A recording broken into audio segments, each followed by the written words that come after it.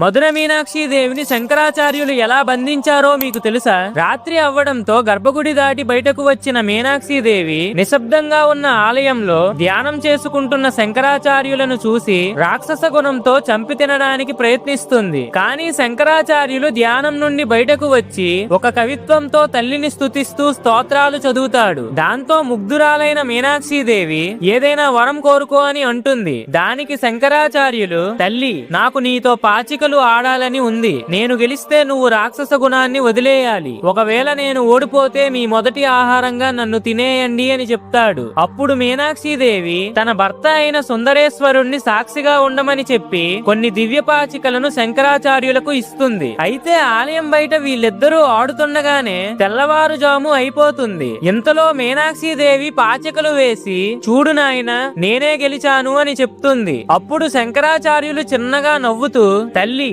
ఆట మీరే గెలిచారు, కానీ నిజానికి ఈ పందెంలో గెలిచింది నేనే అని చెప్తాడు. దాంతో సుందరేశ్వరుడు, దేవి, తను ఆట ఆడుతుండగానే సంఖ్యాశాస్త్రంతో ఒక శ్రీచక్రాన్ని సృష్టించి అందులో నిన్ను బంధించాడు అని చెప్తాడు. శంకరాచార్యుల వారి తెలివితేటలకు ముగ్ధురాలైన మీనాక్షిదేవి తనలో ఉండే రాక్షస తత్వాన్ని జయించింది. మీకు మీనాక్షిదేవి చల్లని దీవెనలు కావాలంటే జై మీనాక్షిదేవి అని కామెంట్ చేయండి.